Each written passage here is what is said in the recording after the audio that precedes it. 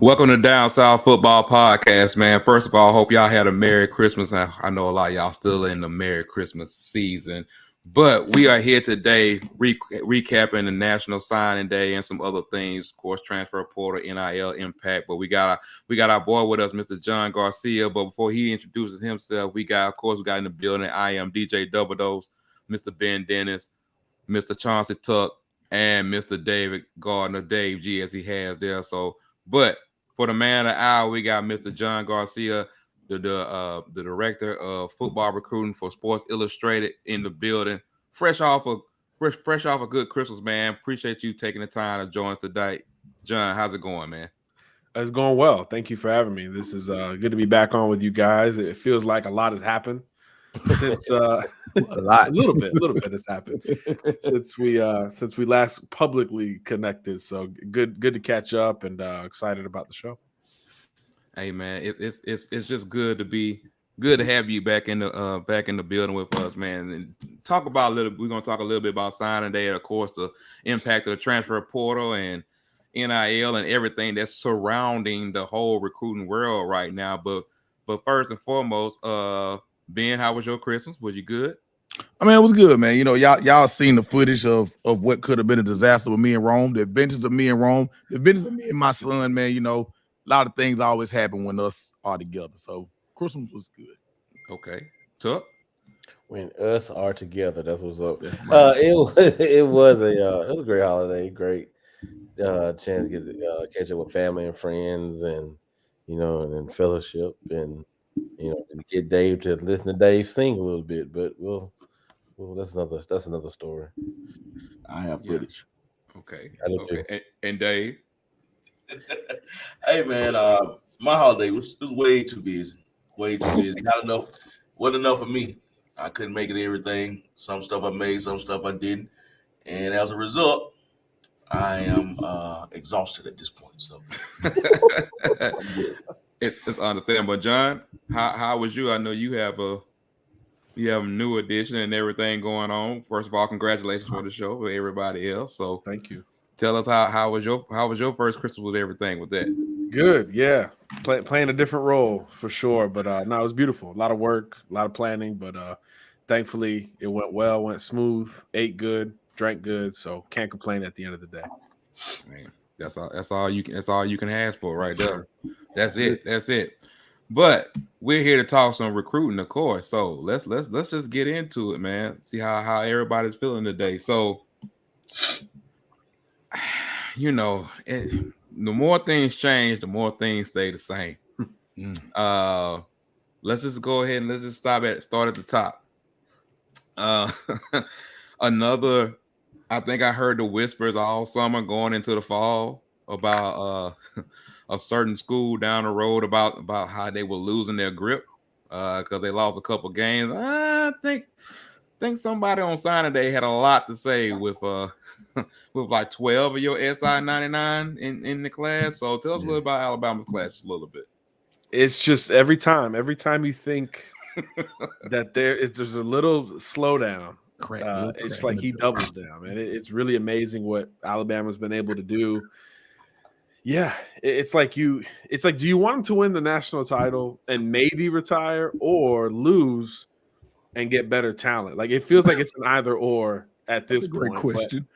It's just remarkable. I don't have the numbers in front of me, but since Nick got to Bama, they've had the number one class better than every other year. They've had it more consistently than that, which is really ridiculous. And to do it now, even with what you just mentioned, Renard, just all of the new obstacles or issues or whatever we want to call it, all the new elements, let's call it, of recruiting, portal, NIL, and then not being in the playoff and not being at the mountaintop on the field, how much you would think that could potentially affect some things, but no, it really didn't. If anything, it gave them more time. It gave them more time to close, more resources to close, and they did. I think going into the final week of the cycle, Alabama probably finishes with the number one class as is, but down the stretch, you flip Caden Proctor, arguably the number one OT in the country, from Iowa, He's from Iowa, by the way, that's not as easy as it might look on paper. Right. You come down the pipe on signing day and you grab the top 2 available players in the state, Quay Russaw and James Smith, which again, it was not a runaway. These are Montgomery kids. These guys were a package deal. They both have ties to other states. Russaw's got family ties in Florida, Smith, Ohio. This was a big, like, regional deal that was not always going to be an Iron Bowl kind of decision. But for Bama to emerge there at the end was a big deal. And hey, Hugh Freeze and Auburn were really trying to make up some ground there at the very end. And as was Florida. Florida was kind of a sleeper for both of them, but Alabama holds them off. And then after that point, you're like, okay, if you look at the entire class, there's maybe one hole. The only hole you could have constructed would have been, is there a cover corner in this class? That would have been the only hole. So then on Thursday, they go get Desmond Ricks from IMG, maybe the best pure cover corner in this class. Reclassified, of course, from 2024 up to 23 in the fall. And it was that one. Bama was really never considered the leader until the end. LSU had the buzz throughout Florida with Corey Raymond, understandably made a move. But then Bama got the last visit and Bama got the signature when it counted most. So with that addition of Ricks, it really completed any hole you could try to poke in the class. So it's not only the most balanced class in the country, it is absolutely the best defensive class in the country. And if you're talking about what Alabama needs to replenish to feel and look like Alabama, to me, I think the defense is where a lot of that conversation begins, because the star power has been there, but the depth, the consistency, all of that, maybe not so much. So, yeah, just remarkable for Bama to really run away with the number 1 class. I didn't think that was going to happen a month ago, that any school was going to run away. I thought it would be nip and tuck all the way through with Georgia, with Texas. Miami went crazy there at the end of the cycle, but sure enough, Bama runs away with it once again. So it's just like you said, the more it changes, the more it stays the same. And John, Go ahead, John, I got a question for you. With the way the Desmond, the Ricks played itself out, what do you think was the final push that Bama did or did not do that made them just say, you know what, I'm coming here? Because like you said, on the field, if we're going on the field, Bama had 2 losses this year. LSU actually beat them this year. What do you think that maybe was that final push that made them go ahead and switch? Yeah, I think for Ricks and for Proctor to be 2 guys at premium positions, right? Corner and offensive tackle. Right. This is kind of a rare time where you feel like at both of those spots, you can sell playing time at Bama, which is crazy. That's like the one thing you could never really put on the table. Like, hey, you would always hear the stock, like, hey, come in here, put in the work, and we'll play the best player. And obviously freshmen have made plays at Bama, even though perception, tells you maybe not. But this year you could really sell that. By the time Proctor flipped, half the O-line was in the portal, including a starter in Javian Cohen.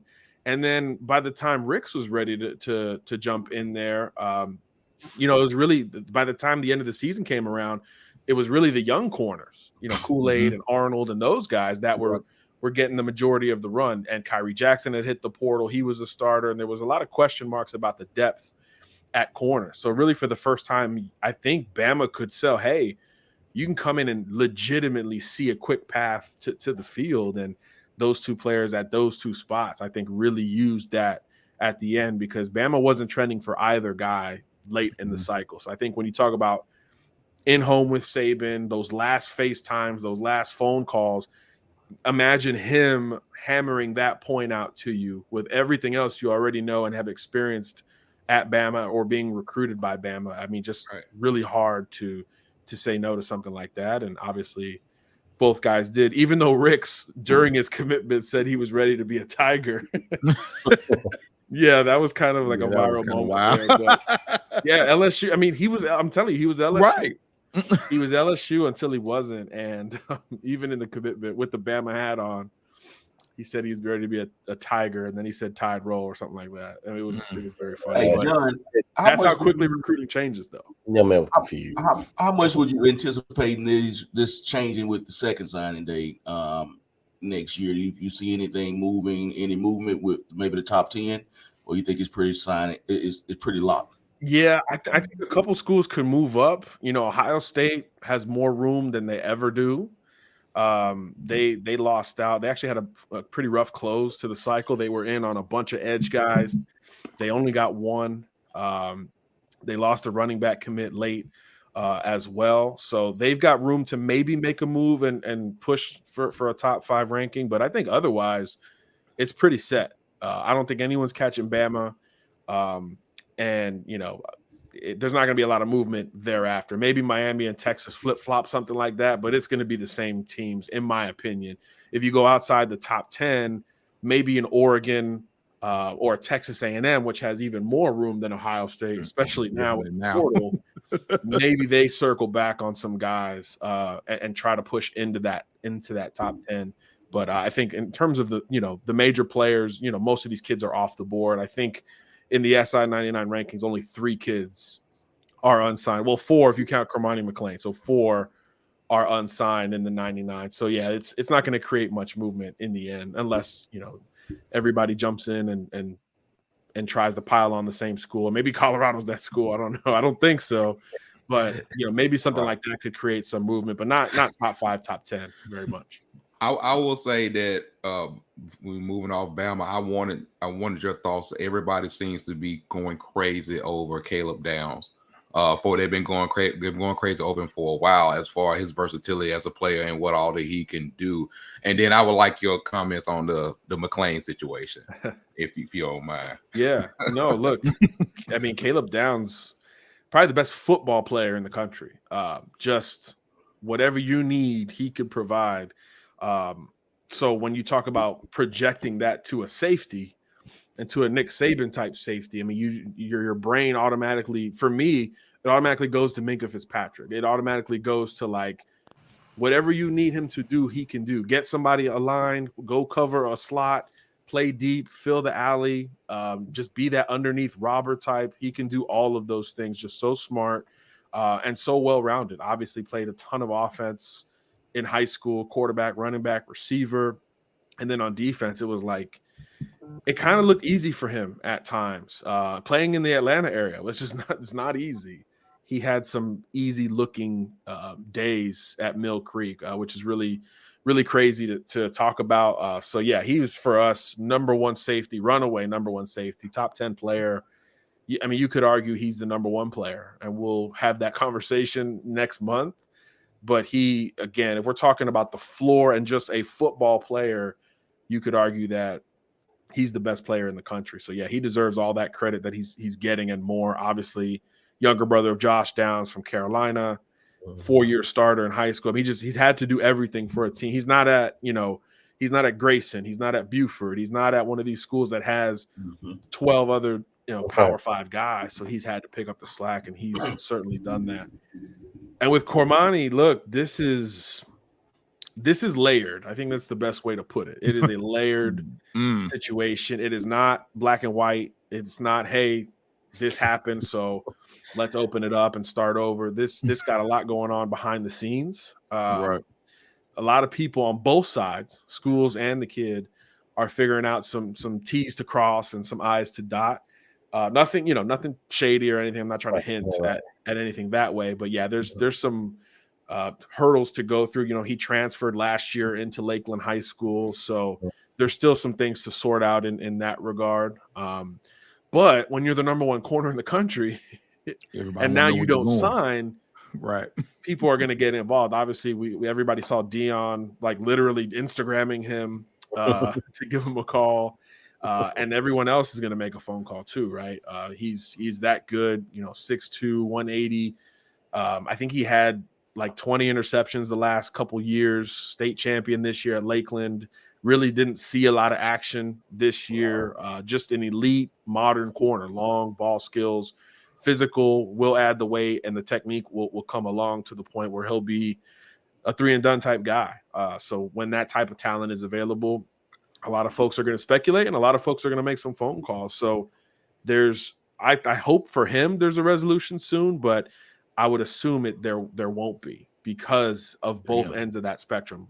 I got things to take care of, but I'm also so talented that a lot of people are going to try to get involved here. So it's going to be fascinating, and it'll be the most tracked recruit into the new year for sure.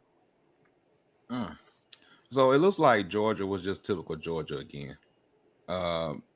Georgia doesn't. It's kind of like how they play. It's like we're going to be right there. We're not going to be flashy. We're going to get what we need. You're not going to hear all this from all of us, but guess what? We're going to be right there in the end. We're going to have our SI 99 guys. We're going to have just a good core to continue to build upon. That's what it seems like for me. It's the next school that we're going to take for granted in recruiting that we're just going to not talk about. And then, you look up and they're number 1, number 2, number 3. Because it's more traction to talk about the schools that are new, like hey, Texas, Arch Manning, Miami is in there, Oregon's making moves late. That's more obscure and atypical, so we want to talk about those more. But I mean, if it wasn't for Bama, Georgia secures safely a number 1 class. This defensive class actually can go toe to toe, in my opinion, with Alabama's. I mean, you talk about just loaded at every spot. I mean, they got 2 of the 4 best edge rushers in the country, Damon Wilson and Sam Mpemba. They got my favorite nickel in this class, Jonel Aguero, who was at IMG 2 years ago. He can play anywhere. He's ready to go right now if they need help in the secondary. And then you got maybe the most technical corner in A.J. Harris from Central Phoenix City. And then the linebacker group is far and away the best in the country by itself. You're talking Troy Bowles, Raylan Wilson from up in Tallahassee. I mean, these guys are unbelievable athletes. I mean, Troy Bowles played safety for Tampa Jesuit, defending state champs, and he was picking off passes like he was 175 pounds, and he's going to go play linebacker at Georgia. I mean, it is really obviously mentally, Todd Bowles' son, we all know mentally he's good defensively, but athletically to be a safety, playing big time ball in Florida and picking off fellow college players like that is really crazy. I think he had 3 picks in 1 game. So that Georgia defensive class will make an impact today and certainly thereafter. And then offensively, I thought they answered the long-standing question with Georgia, right? Can you grab some receivers? Can you grab some pass catchers that aren't tight ends that we should get excited about? And look, Tyler Williams, he can be a wide receiver 1 type in the next 12 months anywhere. I mean, 6'4", former basketball player, former quarterback, just figuring out what he's going to be. He could be a more rangy George Pickens type. I mean, he is that talented. So they grabbed a whole group of pass catchers that I think can do some things. And of course, they still got big time tight ends, and O-line, D-line is ridiculous there too. So this class is really strong. They won a lot of head-to-head battles late. Outside of their footprint, Jordan Hall from Jacksonville, they flipped NC State's running back commitment. They did it all except quarterback. That's really the only one they didn't grab. But look, after they lost out on Arch Manning, they were kind of okay with that. They got a huge quarterback room right now. So we'll see how that battle goes on, and then they'll hit the portal if they have to in the spring. But yeah, they feel good about the bodies they got, and they already got a 2024 guy committed at QB. So Georgia's, like you said, man, they're just kind of there. Number 1 team in the country, number 2 recruiting class, the favorite to win it all again, and we're not even talking about them a lot. And that's exactly how they want it. Yeah, they rely on defense, like you just stated. If those guys come in and do exactly what they're scheduled to do, that defense is going to continue to be nasty for another 2 or 3 years down the line. And like you said, that quarterback room is loaded as it is by their standards. And if they can make all that come together, there's going to be a little run they putting together for a little minute that we've seen. I agree. Yep. Miami, that's very sneaky. I think that somebody on this board don't really like those guys, but I really think Miami got a big in their back, and you can do. Yeah, it's very sneaky. Well, I think I looked at their offensive line in the trenches. I think they did real good. I mean, I know Auburn got Carnelou, but that was the least of their of their recruits they could have got. How do you feel about Miami's recruiting class so far? Well, it didn't work on the field, right? So, Right. and when you bring in Mario Cristobal, it's got to work in recruiting. It has to. It's like if both are down, what are you doing? And he knows that. And you talk about somebody selling playing time. I mean, he is like, hey, come in right now and help us turn this thing around. So I think that was something that combined with, let's be honest, combined with that staff. Look, Kevin Steele, Charlie Strong. There are some known commodities on that coaching staff. Josh Gaddis is on that staff, although his reputation is taking a hit in the last year. I know he wish he had to stay where he was. Yeah, man, they're going right back to the playoff. Van Dyke probably feel the same way too. They have recruiters, but they also now it's like they got the buy-in. They got the buy-in from the administration finally, and they have the most public figure in NIL with John Ruiz. So all of that together was going to make them a force because you knew at a minimum you're going to get visits. You're going to get kids to go down to Coral Gables and see what it's about. So naturally, when you put all that together, when do you expect Miami to go on a run? In the summer and in the winter. And that's exactly when Miami put their entire class together. And yeah, that O-line class, Samson Okunlola, Francis Mauigoa, I mean, those two legit, not just because I'm a recruiting guy, those two might have an opportunity to be the bookend tackles next year. Like it could literally go down that way. And I don't think there's another O-line position hall that could compete with that in this class. But again, that's a huge need for Miami among a million other things. So yeah, these guys are going to get on the field early. They're going to take some more lumps probably this year, but they're also going to crush the portal. I mean, they're going to go full speed ahead in that transfer portal as well. So they're going to take their lumps, but they're going to show some signs to me in 23. And then when they get to 24, they're going to let the chips fall where they may with these guys now having a year of experience. But yeah, in terms of the most important elite recruiting class, I think Miami and Texas are the two that feel like, hey, this class has to hit because you just don't know at those kind of programs how long the leash might be for those coaches if they're not getting to their conference title games. Gotcha. So, in the top 10, what do you think?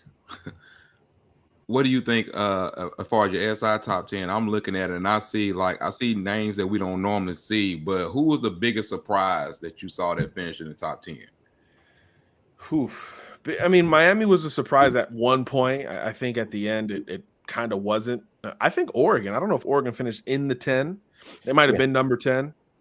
If you tell me a school is going to be under transition, losing Mario Cristobal, one of the best head coach recruiters, and then you'll tell me Bo Nix is going to go there, and then you'll tell me the OC is going to leave, and the number one player in the country for us is going to leave, I would have said, there's no way this is a top 10 class. It's a lot to overcome in a short amount of time. But Oregon on defense, again, going against the grain on defense, really went crazy at the end of the recruiting cycle. And they end up flipping a bunch of players, even one who flipped away from them after signing day with Peyton Bowen, which was, after McLean, the most obscure recruitment, right? Peyton Bowen was committed to 3 schools in 36 hours.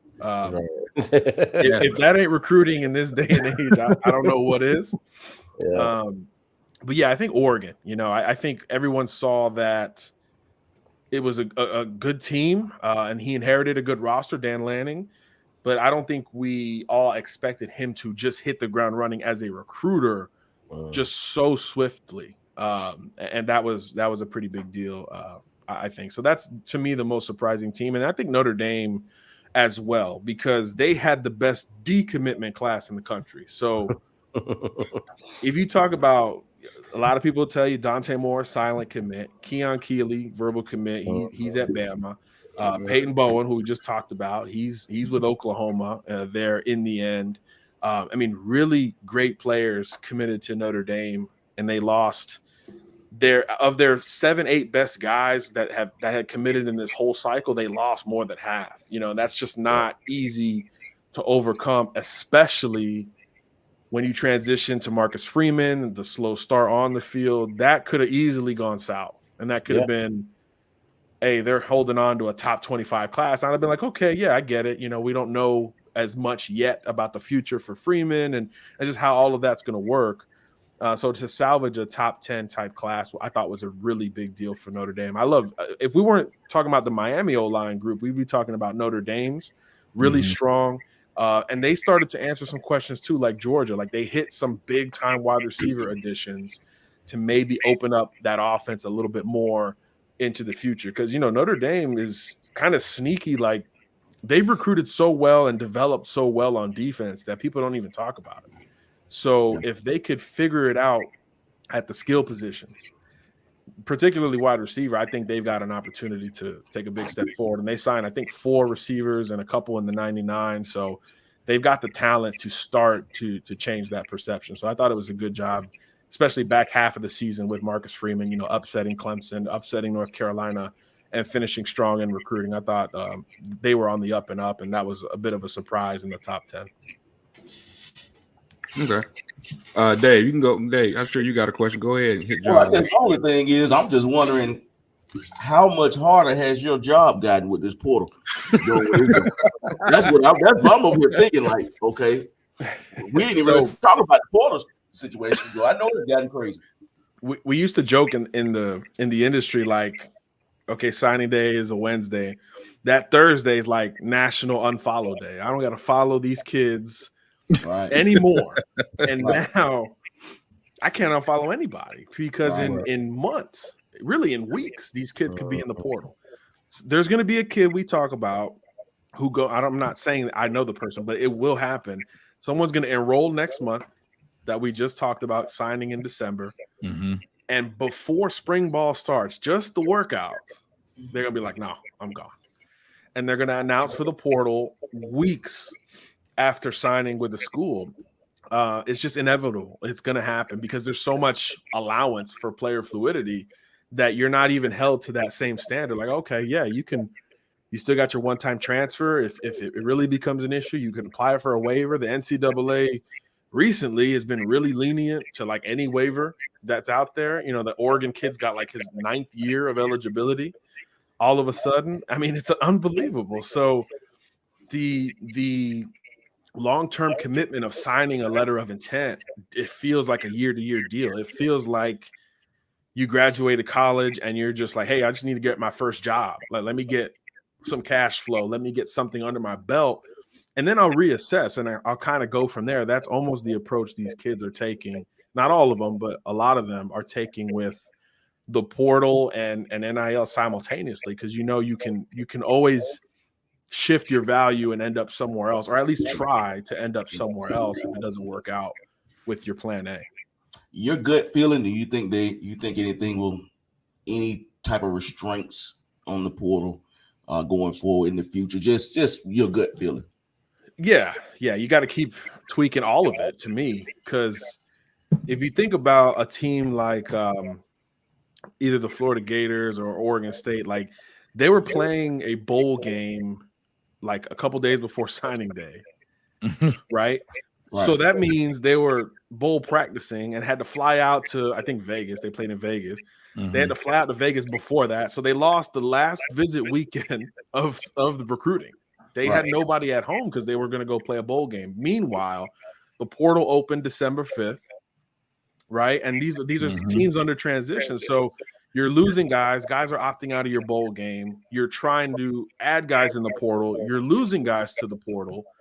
You're instead of recruiting high schoolers, you're recruiting your own team. You're spending time. Right. Let me go into room 218 before this game and just make sure that Johnson or whoever is good, because he's not starting tomorrow in this bowl game. And I don't know if that's going to be enough to push him away. It's that sensitive, because these players don't have to go through the coaching staff.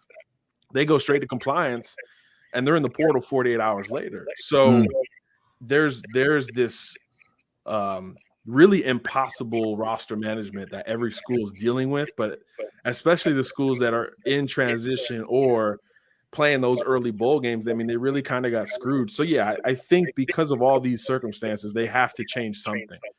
Yeah. That overlap, and not to mention the holidays, right? On top of everything else, because we are all human beings in this industry. So that overlap, the back half of December is crazy. I mean, we're still going through it right now. So something has to change. I know some people want the signing day moved again.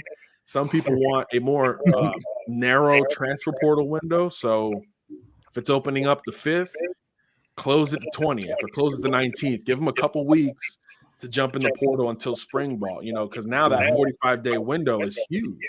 Yeah.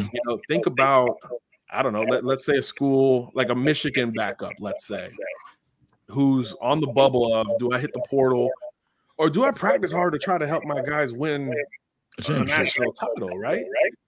But if I don't jump in the portal now, I'm seeing other portal guys taking spots. Because if I'm a backup at Michigan, how much tape do I have, right? And I see other guys, let's call them tight ends, other tight ends starting to commit to these other schools. So do I jump in the portal and compete with those guys? Or do I help my team that I signed up to play for? And then in January, try to hit the portal on a 10-day window and maybe make a visit or two, even though all the top tight ends are taken. So in theory, the top schools that needed tight ends don't need them anymore because they might have already hit the portal to address that. So these kids are faced with a whole lot of decisions. And obviously on the other side, these schools are faced with a ton as well. So you got to keep tweaking it, Dave. To be long-winded, you got to tweak it somehow. I don't know the right formula, but this overlap this year, especially with signing day later in December, was really rough on these colleges.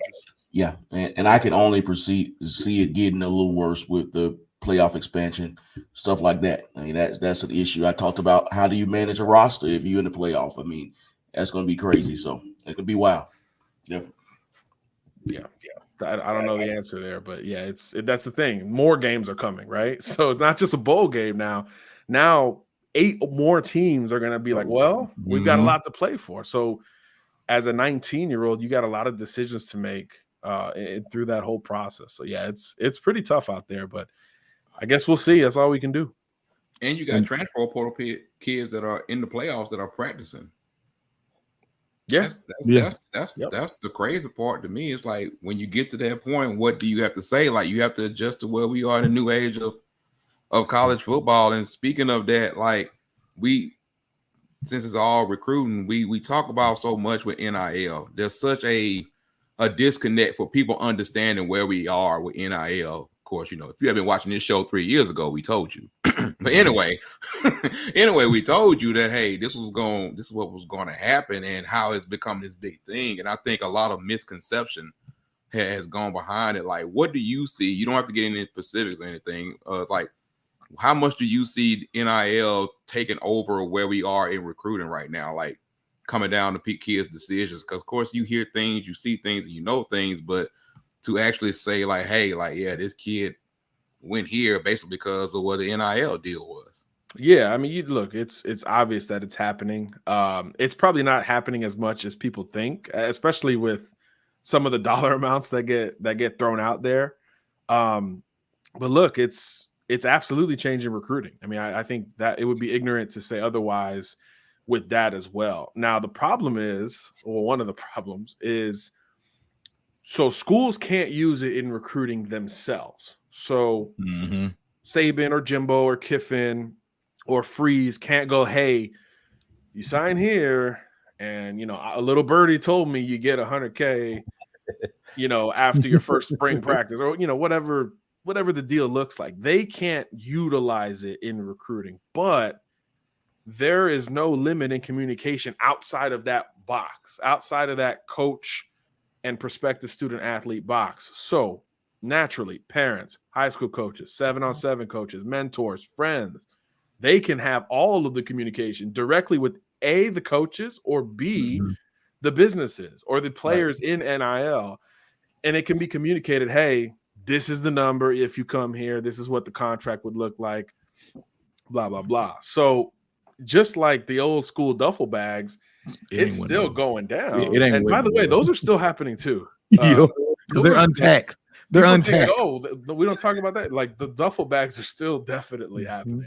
They're McDonald's bags now. That's all. Yeah, McDonald's bags. No McDonald's bags. I couldn't believe that. Like actual coaches handing it. I mean, tell Prue to stop watching Blue Chips. I mean, it's like you haven't watched one mafia movie if you're doing that. But look, it's an issue because now you're talking about contracts for the future that you cannot sign now. So naturally, it's a he said in most cases. So they say if I go here, I'll get this, and they say if I go here, I'll get this. So now what happens when you get there? You've signed, and it doesn't happen. And you can just look at the portal exits and figure out which schools maybe aren't living up to those promises. Yeah. Does that reflect on the coaches? Does that reflect on the kids? Does it reflect on the business? Who's to say, right? It's everyone's playing the same game. So that's the slippery slope with NIL. To me, it's not, oh, Bryce Young is making $2 million or whatever it is. That's obvious. That's like, Heisman winner, going to be a top pick, right? Quarterback, face of the franchise, blah, blah, like that. Okay, that we get. It's all the other stuff and how it gets into recruiting that has it misconstrued. But just imagine, being 17 or 18 and hearing some of these numbers, how could it not affect where you're considering, like Nico? Yeah, it's all about that too. So yeah, it's still a huge issue, but it's the communication, like anything else. It's the communication that is making or breaking some of these recruitments. And then after that, some of these, transfer portal departures, because not everybody's living up to those verbal promises. But that, again, that's human nature. It's just it's just me telling you, hey, I got you when you get here. Don't worry about it. I got you. Like, what does that even mean? Right. So the players aren't supposed to be able to sign anything until they're enrolled at the school. Now, there are high schools and high school states that allow some NIL stuff, but it is way more limited and way more complicated, like California, Louisiana, Massachusetts. There's select states that are allowing high schoolers to profit. Right. But again, there are some strict rules in terms of where that money can come from. That's more local to the high school than, hey, these colleges are just paying high school athletes. It's not to that point just yet. So the bigger issue is the NIL deals in college, which is what everybody's selling and verbally promising out there. And John, let me ask you a question. I know we talk about, is the portal really how much is the portal affecting high school recruiting right now? But I've heard a lot about, in these last, I'll say 2 years, is it more so the portal or is it the COVID year? Because you have a lot of guys who are coming, like you spoke on the guy with the 9th year, but there's a lot of 5th and 6th year seniors who are coming back because they got that extra year because of COVID that are staying. And is that affecting as much as the portal, or is it? I know the portal thing is going to be ongoing, but the COVID year is only within these last couple of seasons. Yeah, and if you were a freshman that year, 2020, you can play to at least 2025 now. So yeah, because that's a free year, not a redshirt year. It's a free year. So true freshman COVID year, then redshirt freshman year, then freshman year, then redshirt freshman year. So you're a third-year freshman in some cases if you enrolled in 2020. There are third-year freshmen with degrees, coming out of COVID. So yeah, that's a huge issue too, right? Because all these changes we talk about, NIL, portal, one-time transfer rule, the COVID year, that scholarship numbers have not moved for anyone. So you're still at 85. So again, to put it back on the adults in the room, you have to now every few months, not even every year, every few months, assess your roster and say, hey, Johnson's got 4 years of eligibility left. But he ain't sniffing the playing time. Right. So how do we navigate that now?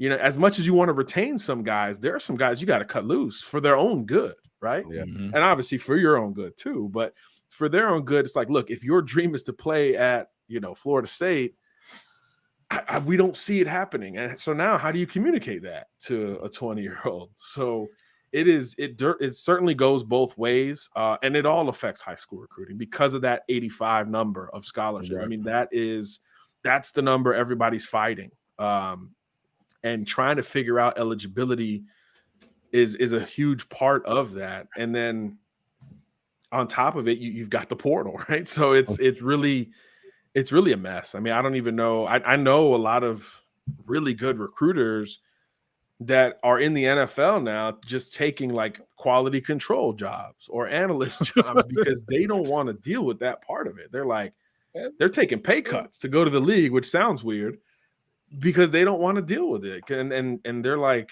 look, man, I'm not going back. Not like this. Not if it's like this, I'm not going back to college ball because I'm recruiting my team, high schoolers, portal players, junior college players, 12 months a year. I'm not like, when am I coaching? You know, so there's so much back and forth with all of that. But yeah, the eligibility COVID issue will be in play until the 25 season. So that's going to be a factor for the next 3 years at least, beyond or independent of the portal or anything else until those scholarship numbers change.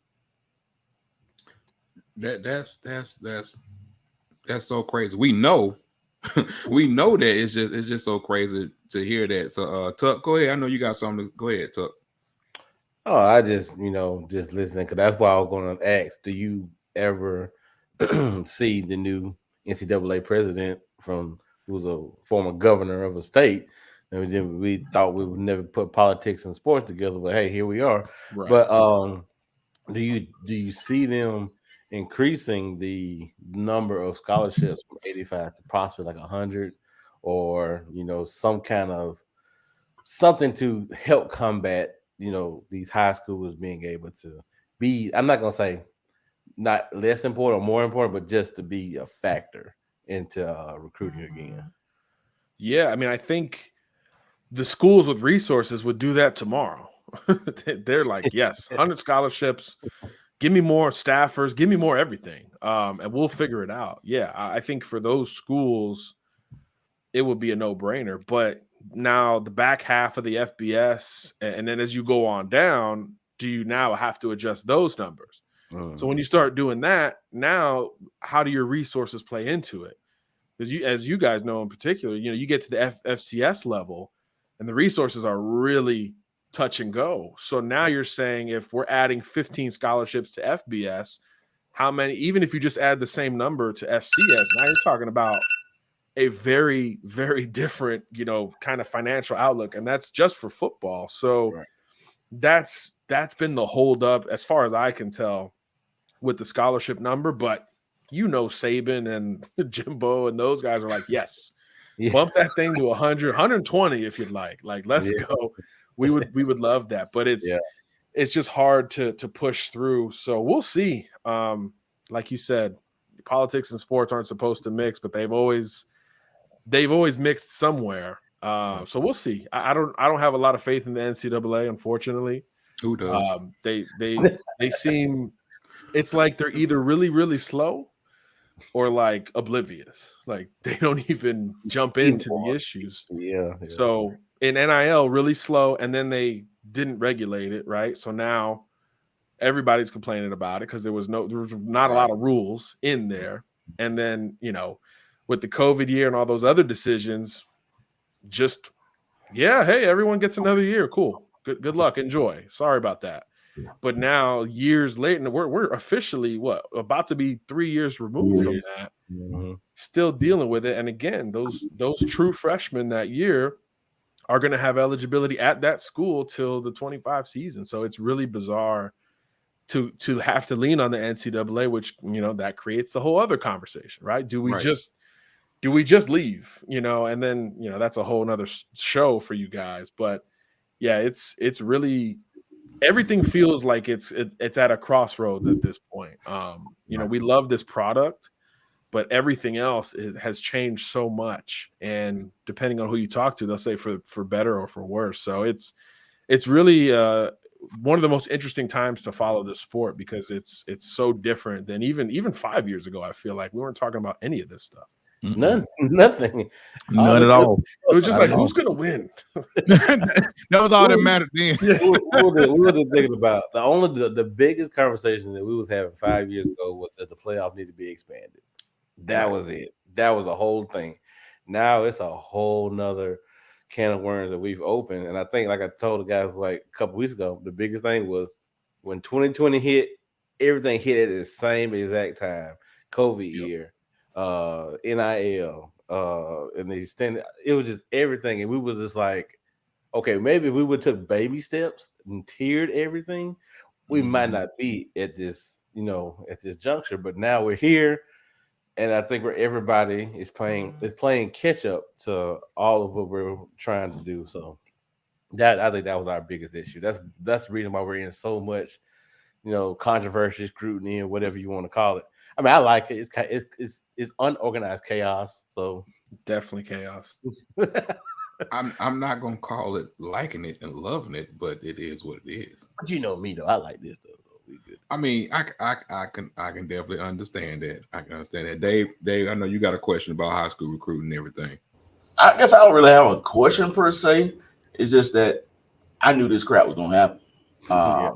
It was no way to be avoided. Because John, you were around when during my son's recruitment that 2021 year, and it was just a logjam. Those kids, that 2020 group, they became freshmen all over again. So your 2021 kids got squeezed.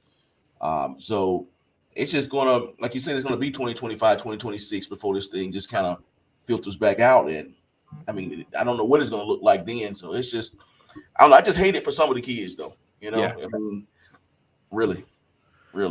Yeah, like usual, right? The people in the positions of power are going to be fine, and it's everyone else that won't. So yeah, it's really wild. And you understand like why these coaches have to be so kind of brutal with their decision making, because on top of all this stuff, now like schools expect these turnarounds quicker than they've ever had. Right. On top of that, so.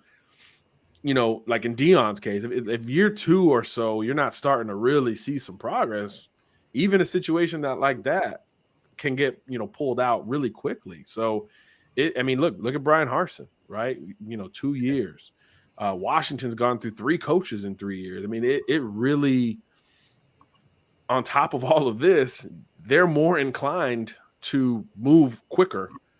And that includes players. Move on from players quicker and add players with college experience a little bit sooner, because now your clock is ticking more than it ever has. I mean, I can't even think of a program that's had like a 5-year buildup that has had that opportunity to fail on the front end of it, outside of being a team that's kind of characteristically there, like a Kansas. They've given some time there, but I'm trying to think of others. It just really doesn't exist like that anymore. Even on the flip side, if you're just kind of hovering 8-4, 7-5, like you're out nowadays, even at schools that aren't at the mountaintop. So yeah, it's more crazy and a logjam than it's ever been. But then on the other side of it, these guys are making quicker decisions than they usually have to, because they're like, yo, if I'm 20 games in and we don't look good, I'm out. I'm out unless, I better be a name. Like I better be a well-established name. And even then there's no guarantees. So it's really wild, but the kids usually end up the ones that are screwed. And then the high school kids are still dealing with that. Even in this class, they're still very much dealing with that. And that's not going away because of all these other avenues that these coaches on short leashes can acquire talent without having to worry about that transition from high school to college. And then I will say, since you brought up Deion, I mean, I'm not going to ask your personal opinion about everything that went on and anything like that. I just think, kind of see like where we were with everything, and to get talking about the HBCU rankings and where it was. Looked like Jackson State still finished number 1. Let me see if I still have that. Let me see if I actually have that whole slide that I was looking at. I think they've only had a couple decommits. Yeah, since just a couple. the It hasn't change. been Yeah. So yeah, I mean, you had like Jackson State still being like number one in most of the HBCU rankings and all this other kind of stuff like that. Like FAM moving kind of down like that, but Jackson State seems to be moving back towards reestablishing who they are. Like the strain still going. I know Seven McGee is a guy that's transferring from Oregon to Jackson State. Also, you have Niles Gaddy is officially coming back for Jackson State, playing on the edge with him again. I think they're going to be back in a great position when we're talking about HBCU and SWAC rankings. And look, and you just kind of see, look who's nipping up their heels. That's going to be FAMU. I mean, it seems like those two are establishing their brand back up again. But I think a lot of people that didn't know Jackson State before Deion didn't know that, hey, that they could build it back up if they really wanted to. So like that pride and that marketing and everything worked when we got down to where they are with the actual recruiting rankings and everything. So yeah, that's a great point. And look, that's something that now, of course, we'll track it more going forward. But that's something that we should have probably anticipated, right? I mean, the whole I know you guys have covered this better than anybody, but the whole HBCU news cycle, which was, let's be honest, kind of dead a few years ago. I mean, the revival has as much to do with Jackson State's on-field success as, you know, Deion individually. So I think that's the part that at least nationally gets lost in it, is like, look, Jackson State was a 500 or worse program for a long time, you know, before all these changes were made. So now getting back on the front end of that can really change it, independent of who the head coach is. And I think the McGee decision in particular, because a lot of people thought he was going to Miami because he signed with Cristobal out of high school and all that, and they're in need for skill guys, obviously. So I think that decision, again, could be one of those galvanizing, not necessarily Travis Hunter style decision, but to a lesser degree, a galvanizing move. Like, hey, this thing is still moving forward. And I actually think JSU is worth some applause because they've moved quickly. They have really, in terms of not only just naming the new head coach, but just kind of moving on from everything. They're still going to be able to benefit there in the meantime. So yeah, that's going to be its own story to follow. But I kind of get the feeling, you guys know better than me, but if you're going to do the preseason rankings for 23, would they not be at or near the top once again, even with all the transition? Yeah, I will give my time to Dave and see how he feels about that. Top of the SWAC, I know how I feel, man. We keep getting murdered in the doggone Celebration Bowl, man. So, but yeah, I mean, honestly, Jackson State is going to be fine. FAMU is really who I'm gonna have my eye on this year out of the SWAC, because I think they've been doing a phenomenal job down there as well. And I'm curious to see what Grambling is going to do. I think they were on that list that you had up. I think they were in the middle of the pack. So just see how he was going to turn that around. They start playing pretty good ball towards the end of the year. So I think the Jackson State train is going to keep going. Will they get 5 stars?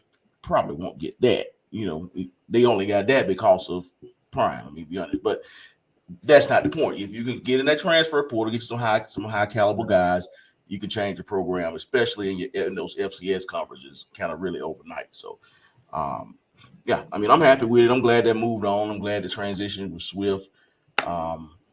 So yeah, I'm happy. Who else impressed you team wise on signing day, John? Just somebody that's not like I would say go back to FBS. Get back to FBS just for a second. I thought South Carolina had a really nice finish. Obviously on the field, they had a great finish those last couple games, beating Tennessee and Clemson back to back. I mean, that was like perfect for Beamer, for Spencer Rattler, for kind of that whole crew. And they took advantage in recruiting. They won some big regional battles, especially in the trenches, which is, again, in the SEC, you've got to live there. So I thought that was a really nice finish to the cycle. And then, you know, TCU, they're the surprise team for everybody in every way. And then recruiting caught on at the tail end, as you would expect for like a surprise playoff team. And they're crushing it in the portal, crushing it. TCU. Yeah, say, In the transfer portal. Like the Big 12 is wide open going forward. Obviously, Texas, Oklahoma leaving it. TCU is going to make a real big claim to use that Dallas Metro that they're within and capitalize off of this playoff run because it's wide open and they're absolutely taking advantage. So I thought they had a huge finish. They had the finish after making the playoff. I thought Michigan would have the last couple years, but for whatever reason, maybe it's the NFL, maybe kids don't like that offense, but Michigan hadn't taken that jump. Right. After like remember when they beat Ohio State last year? It was like, it was a big deal. The door is kicked open finally for Harbaugh, and this thing is gonna it's gonna feel like 1997 in here. And it just, from a recruiting standpoint, again, on the field, they're doing everything right. But in recruiting, they're still recruiting at the top 20, top 25 level. I thought we were going to start to see, especially now, if you would have told me they're going to beat Ohio State 2 years in a row, make the playoff 2 years in a row, I would automatically assume that's the only question we've had for that program for such a long time. They're now going to recruit at a top 10 clip without even trying. And that still hasn't happened. So on the flip side of TCU and South Carolina trending up, Michigan trending the same despite the changes on the field the last few years has been one of the most fascinating things I've seen in recruiting, because Ohio State is still recruiting up there. Right. All the other schools that we're used to seeing up there are still there, but among those that should start to be there, Michigan has not made that move yet, and that's surprising to me. But yeah, South Carolina, TCU had really nice finishes. A&M had a sneaky nice finish. Very slow start, very well publicized slow start, but they hit the ground running at the end, held on to their number one commit, David Hicks, which was a big flip candidate for a lot of people. And then the new coaches did well. Hugh Freeze, I think, did the best.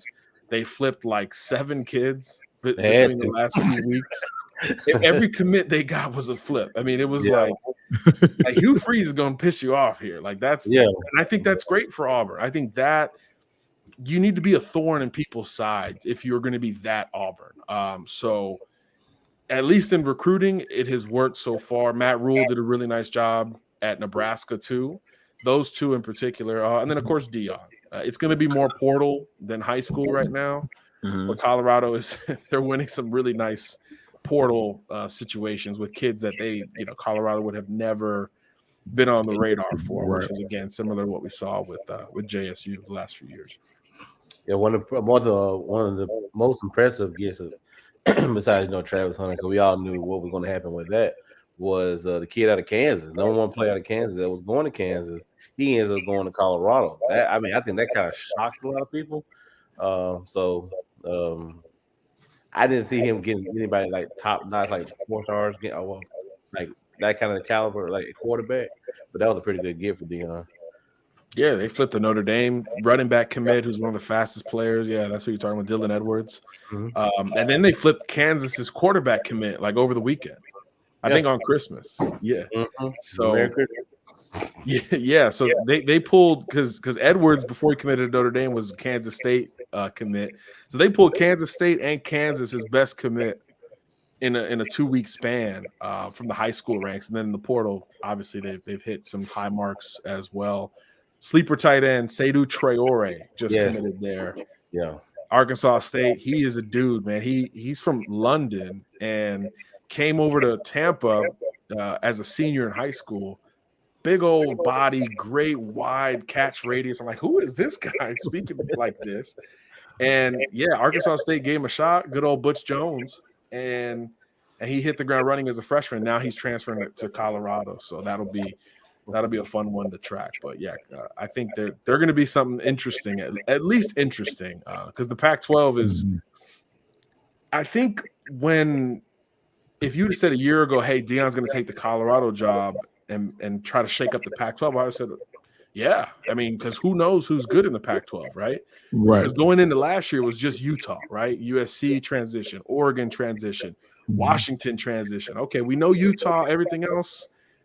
Chip Kelly's reputation wasn't what it is right now, but now Pac-12 is kind of loaded. So I'm so curious to see what that push pull from Colorado's administration and fan base is going to be with Dion, because I mean, just even if you just look at the quarterbacks in the Pac-12, with Bo Nix, Michael Penix coming back, DJ Uiagalelei just committed to Oregon State, Caleb Williams just won the freaking Heisman. I mean, the quarterbacks alone in the Pac-12 are going to be high level. So it's going to be, even if the talent is increased like we think it will be at Colorado, the winning will be pretty tough to come by based on some of the reputation in the Pac-12. So it'll be fascinating out west.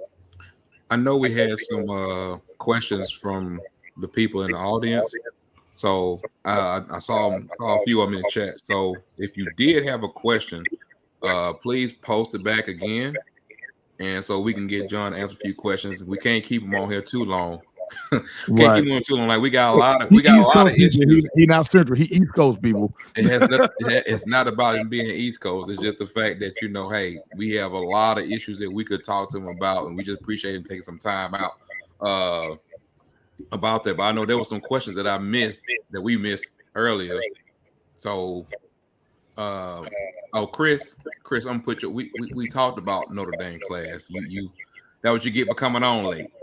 Now you got to go back and rewatch the YouTube version so you can see it. Okay, that what you get for coming on here late. Class coming to ND. That's what you get for coming on here late. So y'all get on your own time. Get on time when you hit the subscribe and like button, and you know when we come right on the air. But there was some other questions about some things about the class. Okay, Chris, I got you. Chris said he had a towel he had to put to sleep. I'm with you. I understand that. Yeah, John understands that too. I'm looking at some of the questions. It was one question I think they need to get answered, but I can't remember where it was at. But where'd it go? Well, I'll ask you this question while this other stuff is coming up. John, who's your playoff favorite? Man, I haven't even submitted this to SI yet. I've been a little back and forth because it's just like, let me get this exclusive then. It's like everything screams Georgia. Everything. I'm like, Kirby Smart having this much time to game plan. They just destroyed what a lot of people still feel like was a better Michigan team last year. It was so bad. The only thing is that Ohio State can score. Like and they've had even more time to get healthy and prepare. So that's really the only thing we know. Obviously, these stadiums, the weather's not going to be an issue like we've been seeing in the NFL for the last 2 weeks. Right. That's not going to be an issue for the playoffs. So I'm like, man, on an indoor type surface or a controlled weather situation, Ohio State might be able to do some things here. But I still go back to, well, Georgia's just going to run them off the line of scrimmage, control the clock, play action that thing, and you already know it's 30 points before you realize it, even though it's not flashy. So I just everything in me is against the chalk that is Georgia. Right. But then I think about it more and more, and it comes back to Georgia anyway. I do think Ohio State, like if you are anti-Georgia, and I think a lot of your audience is, if you're anti-Georgia, you're like, Ohio State has to get them in the semifinal. Because I just feel like if they get back to the final, regardless of the opponent, it feels like that's going to be the boring game. That's going to be the Super Bowl type game where they always say the conference title games are better than the Super Bowl. Right. This playoff feels like that, unless it's chaos, unless it reflects what's happening behind the scenes. But I have a hard time thinking about anybody but Georgia. Although the question just in there, Nick Saban Jr., Ringo versus Marvin Harrison, I'll take Marvin Harrison Jr. over Keely Ringo head to head. I think they're both physical freaks. But I'll take Marvin Harrison Jr. I think his length, polish, I mean, his ball skills and body control are unbelievable. I mean, it's like some of those catches he made this year were really, really kind of absurd. But again, it's not just that head-to-head. It's a whole defensive game plan, and it's Chris Smith behind Keely Ringo, and it's Bullard underneath, and it's Jalen Carter pressuring CJ Stroud. It's the whole thing. So that's why it's just really hard to go against Georgia. So Yeah, I think again, one of y'all said it earlier. This is going to be a run for Georgia. It doesn't mean Yeah. it's every year, Yeah. but this is going to be. This could be a Bama, a Dallas Cowboys, win 2 of 3 kind of thing. I mean, they are well positioned now and going forward. So again, the more I talk about it, the more I'm probably going back to Georgia. And I was gonna say before we leave that right there, John, I just wanted to ask, do you think Ohio State has the ability to possibly keep Stroud clean? Because a lot of people have said over and over again that once you bully him a couple of times, he kind of, I don't say he folds, but he changes as the game goes along, the more physical you get with him. But if you're able to keep him clean, then you're gonna see Ohio State be able to run those slants and run those crosses and run those posts and keep it going to make the contest more interesting. And we have people on the show who don't care for Stetson Bennett the four. And if it does become somewhat of a shootout, Right. I think that's somewhat of Ohio State's game plan to finish it if they can keep Stroud clean. Yeah, I think. I mean, you could scheme it up as much as you would like. Move the pocket and utilize his legs. He's kind of a sneaky athlete. He doesn't commit to it. Because look, the last time we saw Ohio State in this position was the Natty against Bama a couple years ago, but Fields was banged up. He got banged up so early in that game. There was a sense that if he was able to utilize his legs and that. We go back to that Bama defense, that a lot of absurdity and talent on that defense. But there was still a sense if Fields was healthy, that might be a different game. They still ended up putting up, I think, a good amount of points. So if Stroud can utilize that mobility and they can move the pocket some, I do think they could scheme up some success against Georgia because there is. I mean, is there a dominant? We said this last year too, but is there a dominant pass rusher on the Georgia roster, or is it truly the collective? It's everyone. It's everyone at the same time. So, in that regard, yeah, I think you could try to scheme up. I'd move the pocket. I'd slide them as much as I possibly could. Try to establish the run game. They got great backs, and their O line's very good too. I don't want to make it seem like they're going to be overwhelmed from the jump. But yeah, it's still going to be tough. The more I think about it again, I just think you're going to get man coverage with Georgia, and they'll dare you to live in that lane. And yeah, you might complete one, you might get a PI, you might move the ball, but for 4 quarters, it's just a lot, especially when their offense can control the clock on top of it, right? So it's almost like they can beat you in the most variety of ways compared to other teams that have to beat you one way. We think Ohio State just has to be Golden State and just outshoot you, just hit the 3 ball. And if the 3 ball's falling, we feel good about it. And with Georgia, it's like they can go in the post, they can play defense, they can play in transition. They also can shoot. Like it's just so much. It's overwhelming.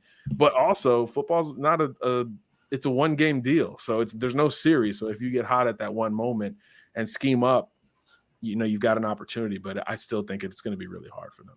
Wayne, I'm going to get to your question, Wayne. I'm going to get your question. I also want to hear your thoughts about some kids that I got to talk to. Of course, everybody knows who Peter Woods is, but like Stephen Jones Jr. from Gadsden City, who just signed with Georgia Tech, and still got of course Jordan Norman, all them kind of guys. Man, Alabama was just so low this year. Yes. But what's your thoughts on like some of them guys like Jordan Norman, Stephen Jones? People, I mean, I know I have a direct tie to them, so I was surprised that Stephen went with Georgia Tech, but hey, I'm definitely 100% happy for him. So. Yeah, look, this is, I've been saying this for years, the state of Alabama is so loaded at the top, combined with Bama and Saban are always going to recruit nationally. So you've got an opportunity to come and make some room in the Yellowhammer State. We've seen Clemson do it. We've seen A&M do it. We've seen Florida do it a little bit. Obviously, Georgia's done it. But I think we're going to continue to see others. I mean, obviously, Brent Key gets that promotion, Birmingham native, he's going to be hitting that second tier, if you will, in Alabama really consistently. And I actually thought they signed a really nice class relative to just the perception of Georgia Tech, especially after last year, right? That could have easily been, if you'd have told me right when Collins gets fired, hey, this is the worst Power 5 class in the country in recruiting, I said, oh yeah, I could see it. I could see that. But Key, used the state of Alabama. He used his Atlanta and down to Florida connections as well. That kind of triangle, that's kind of the Auburn triangle of recruiting that Brent used incredibly well. But yeah, the depth in Alabama is like when Earl Woods goes to Jacksonville State, like that screams that there's crazy depth in the state of Alabama. Because I was certain somebody was going to say, hey, just come return kicks at least, maybe play some slot and go from there. But when that didn't happen, I'm like, yeah, this state is that deep. So there were a lot of skill position players, even just in the Birmingham Metro, I thought were criminally underrated this year. Yeah. But that's how it goes. And a lot of schools are going to benefit. Like Arkansas came in and got some great players. Like the door is wide open. So I'm happy to see more school colors in and out of the state, in the Power 5 trying to come in and get some great players. Tennessee came down more. Kentucky was down more. That makes me happy. Michigan signed Carmelo English. I mean, English, yeah. That's a sneaky nice grab. I mean, the last Bama receiver that went up there was Nico Collins. Worked out well for everybody. He's still in the league. So everybody feels like that door is still slightly cracked open. And we know, I mean, Hugh Freeze is going to attack the state, but we all know he's going to be regional too. I think he'll be very Southeastern focused as well. So the state of Alabama, they all can't be Iron Bowl kids. So the more people realize that, the more other schools are going to try to come in. I mean, Auburn got oh, you go ahead with the question. Let me get Wayne. Wayne. Don't worry. He's been waiting. How many of Alabama linemen is Coach Kelly bringing with him after the bowl game? Charles Kelly? Yes, sir. I mean, gosh, I feel like they're all in the portal already. Right. Yeah, I know Cohen is in the portal, and a couple of them, Brockenheimer bros. I mean, one of the Brockenheimer boys went to TCU, right? Yeah, I said Tommy, one of the Brockenheimer. Tommy's TCU. I saw one went to Kentucky. I saw UCF got Amari Kite. It's been obviously Cohen to Miami. Yeah, it's been kind of an exodus. So yeah, I don't know that answer, but Bama's O-line was always going to have a lot of turnover after this year, regardless of which coaches were still on that roster. So we'll see. That's the other thing. There's going to be a whole nother wave of portal players that in general will be a thing. But I don't know how many more linemen Saban can afford to lose. So maybe he's cutting short practice and saying, hey, let's have some player meetings and sit down and see where we're at with some of these guys. But look, Bama's going to be a really talented but young offensive line next year. But if it's Jalen Milroe or an extremely mobile quarterback, you can do some things with that. So that'll be interesting to see too.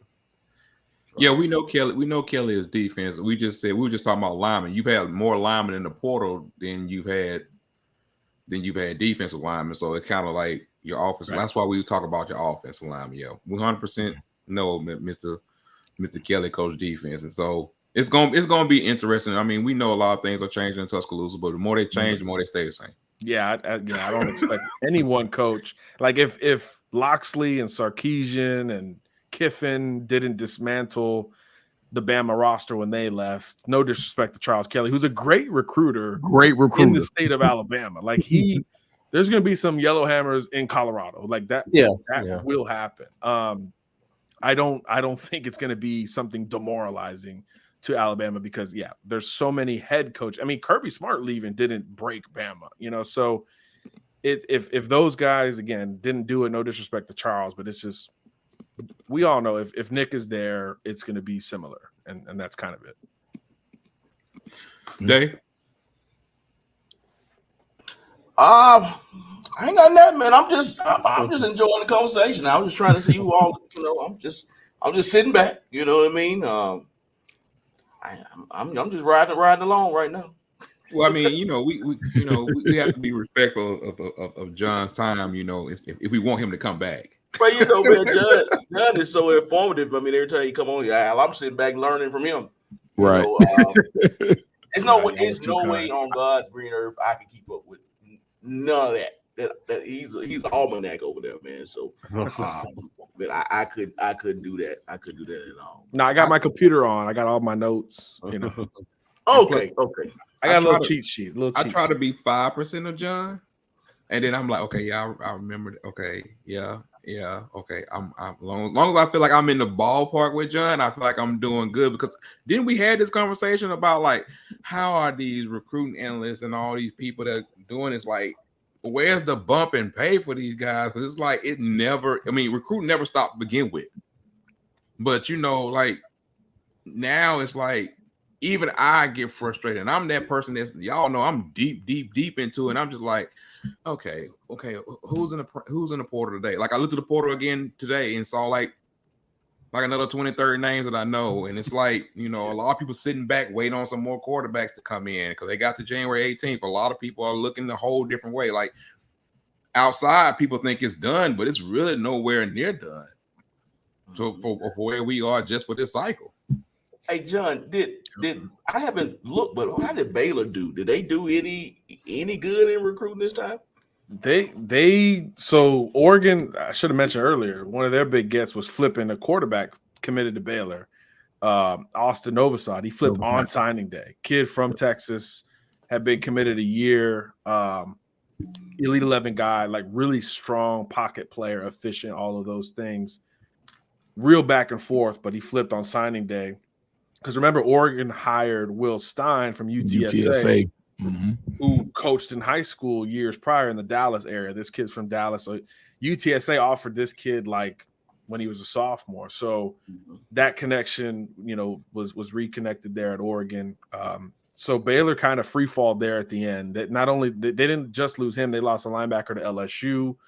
They identify so well with David Aranda that inevitably that's a commitment list, kind of like Notre Dame this year, where like people were like, we got to pluck from that Baylor commitment list, especially when you talk about defensive players, front seven players, and those were the guys. They lost a couple linemen and a really good linebacker to LSU, but still a decent class and a big class. They signed over 20 guys, and now they're playing the portal a little bit more. So yeah, they're gonna have to. I'm just a little worried about Aranda over there. He had a rough go at it this year.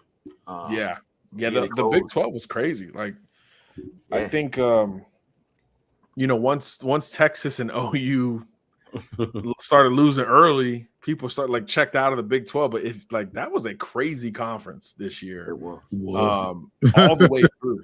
Like I think at one point, everyone besides TCU, of course, was in like 2 games of each other, like 8 or 9. Kansas was undefeated for a good little clip there. Mm-hmm. Yeah, it was really amazing in the Big 12. So that was encouraging, man, because you know I flirt between traditionalist and you know modern person when I'm talking college football and consuming it. Like I want the Big 12 to survive if possible. And, you know, so when non-Texas OU teams are doing well and it's competitive, it's really exciting to watch. So, and they played some really nice defense in the Big 12 this year too. Yeah. So 2 years in a row, the Big 12 is like, don't think of us as the air raid and all that. Like we're playing some defense out here. So yeah, it was a really great conference, but yeah, Baylor did not have a chance to defend that Big 12 title. Okay, finally, I got a question. Let me get Cali Boot. Cali Boot, I didn't see your first question. I apologize. He said, what was his thoughts on Brian Kelly's first season, and also his thoughts on LSU accepting the transfer of Denver Harris? Well, look, I mean, the results speak for themselves. I mean, LSU after that Florida State game, Ben, I was like, I was there. I was there, John. It was amazing. I was like, are both teams bad? Like, I didn't know if this was 2 middle of the road teams. It turned out to be 2 good teams going at it. But I'd still at that point, if you would have said, hey, they're making it out of the West, they're beating Bama, I'd have been like, there ain't no way. But look, Brian Kelly coached them up. So I thought he did a good job just reminding folks, hey, independent of the personality, the perception, the family thing, like X's and O's, Brian Kelly can still get the job done. And then recruiting wise, look, if LSU is on the front end of perception, they're always going to recruit well. Not that I'm trying to take away from Kelly, but LSU recruits itself when it's rolling. So I expected them to finish well. They did. Fringe top 5 class. And they're loaded. They're loaded at a bunch of positions. So really adding a Denver Harris to that, who was arguably the best cover corner in last year's class, that's a no-brainer, right? That secondary was banged up all year and young this year, so they'll have to replace a lot of that going forward. So yeah, I think he's a big-time player. He was probably, before Travis Hunter jumped in the portal, he probably the most coveted young corner in the portal. You know, there's a couple guys with 1 year of eligibility left that are coveted, but in terms of younger guys, I think he was probably the most coveted. And LSU was high on him coming out of high school too, so that wasn't a huge surprise. A lot of those A&M transfers have ended up at schools that they were already pretty darn high on, even those freshmen. I wonder what the count is of from that number 1 class. How many of those guys have left? I think it was like 8 or 9 the last time I saw. So really, like, how do we evaluate these classes, right? Because if you leave, 12 months in, how does that look? So. Yeah, A&M is its own case study with all of this stuff in terms of just rising up out of nowhere, and then we'll see what happens after that. But Denver Harris can absolutely play. True cover corner, electric speed guy, flips his hips real easily. I mean, he was a no-brainer, high-level recruit coming out. Had some bonehead stuff at A&M for sure, but the talent is there. And for guys like that, sometimes you just need to change the scenery. So, I don't think he'll sit very much at LSU, that's for sure. Okay. Our boy Nick Saban Jr. wants to know, what's your thoughts on the Texas 2023 class, right? Well, look, man, they got Arch Manning and they went on a huge roll, which shouldn't surprise anyone, especially in the NIL era, right? Like if there's a person, like we talk about all these kids playing for prime and NIL being a big deal because of branding and visibility, Arch Manning is his own like level of visibility. So jumping on that ship was a no-brainer for a lot of recruits. But Texas had some nice defensive pulls too. It wasn't just, guys Arch was going to play with or be in the huddle with. They did really well on the defensive side of the ball and in the secondary in particular. Derek Williams, safety out of Louisiana, top 3 guy at the position, just a field general back there, old school center fielder. Malik Muhammad, corner, similar to Denver Harris, real athletic, twitchy guy with some true cover skills, some old school cover skills. So, I thought Texas answered some positional questions in addition to getting hot in the summer with Arch Manning. Yeah. Oh, he got another one. he said, we already talked about that one. Yeah, we talked about that, about how much has the transfer portal affected high school recruiting. Yeah, it. And so many cats be overlooked. Yes, and that's 100% true. Yeah, it's just too much. And of course, we got examples all around us that we already know, and things that we going on and stuff like that. I don't know. Let's see. Wayne says, is the transfer portal gonna get schools in trouble over their APR? Don't know much about it, but I heard it come up before. Yeah, that's a great question, Wayne. There was a college DB named Wayne Morgan a couple years back in my brain.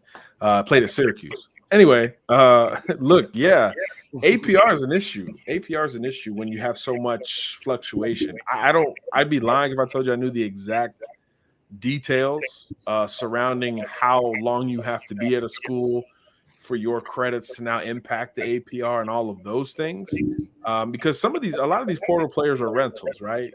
We see it a lot in pro sports. You're there for half a year or a year to get that splash and move on out of there. So like a Devin Leary going to Kentucky, if he's only there, for 8 or 9 months or whatever the number is when he actually enrolls, I'm not sure how that affects the APR. That's probably something I need to look into a little bit more, but there's no doubt that is probably super cloudy for a lot of schools, just like everything else, because there's so many names in and out at the same time. So that's a great point. I haven't heard it come up though. I haven't heard that like being a sticking point for any school relative to recruiting a player. Although academics are still, of course, a big deal in recruiting for sure.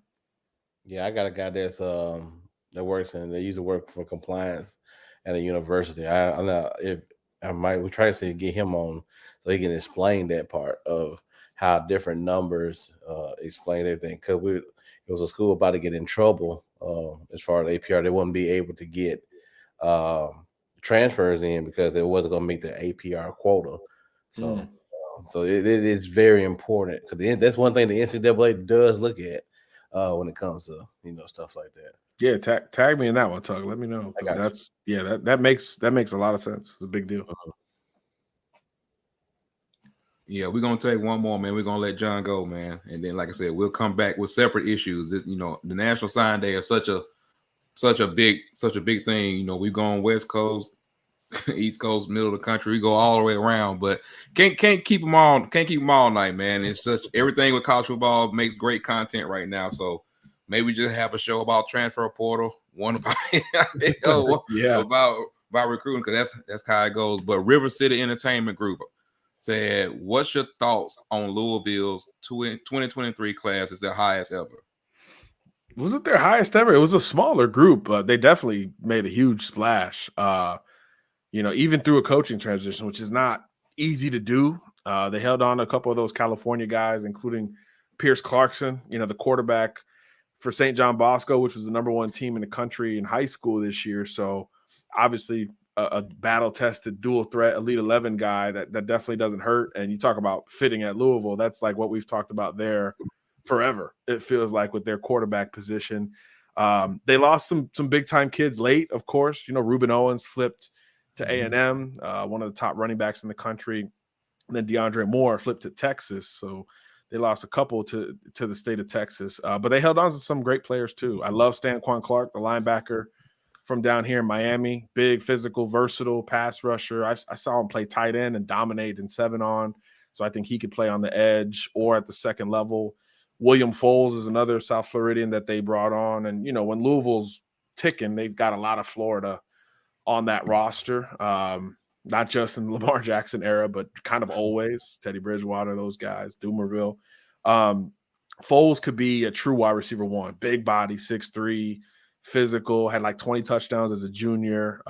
He's an alpha out there. Not the twitchiest guy, but just that big basketball bounding type body, 50-50 ball back, shoulder, all that stuff. So I thought in spots the Louisville class was really strong. Obviously, you wanted to hold on to some more players, but it's just hard. It's hard when you go through a coaching transition. But I mean, the whole industry, it feels like, likes Jeff Brom, right, and has higher hopes for Louisville. And you could make the argument that they kind of fell forward, with Satterfield taking the Cincinnati job. I thought at least offensively, Louisville can maybe stabilize under Brom, which it feel like they were never stable, even with talent, never truly stable before that point. So yeah, those guys, I think some of those guys are going to play real early, especially on offense for sure.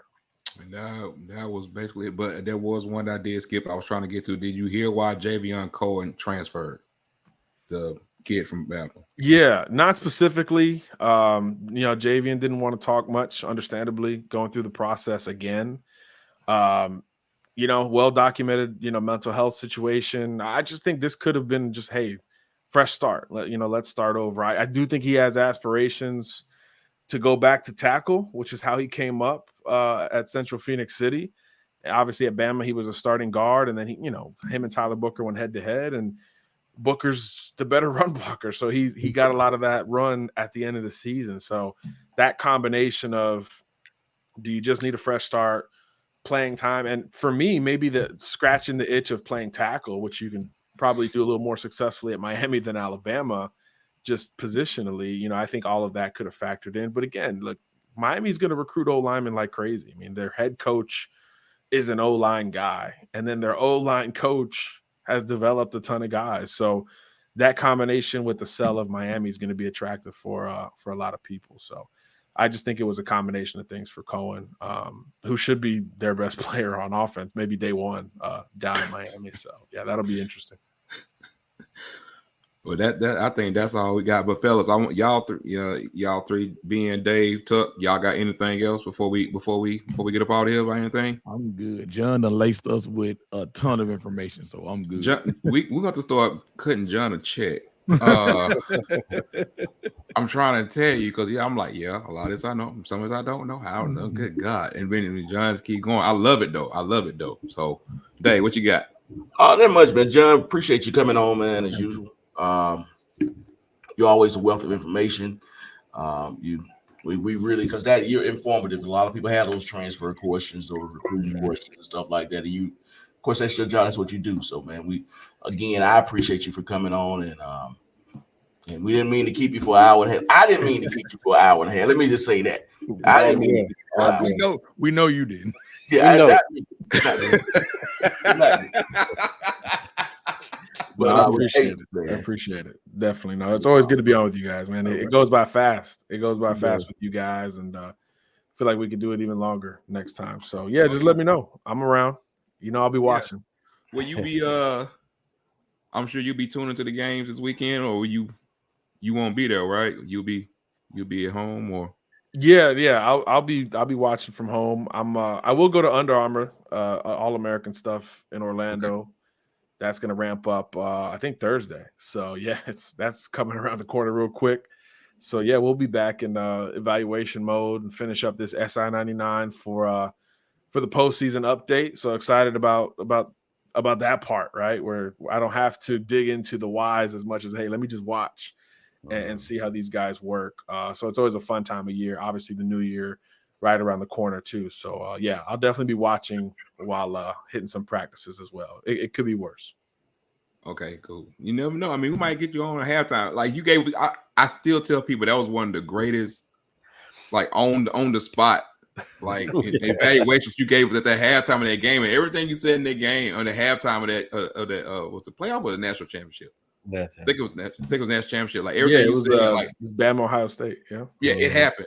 It's like everything you was like, they don't do this and this is gonna happen, boom, and everything just happened. I was just like, John don't get. They were dropping middle linebackers trying to cover Devontae Smith. Man, it was crazy. I was like, what? But Pope, put that comment before we leave because we gotta make sure John understands that. Well,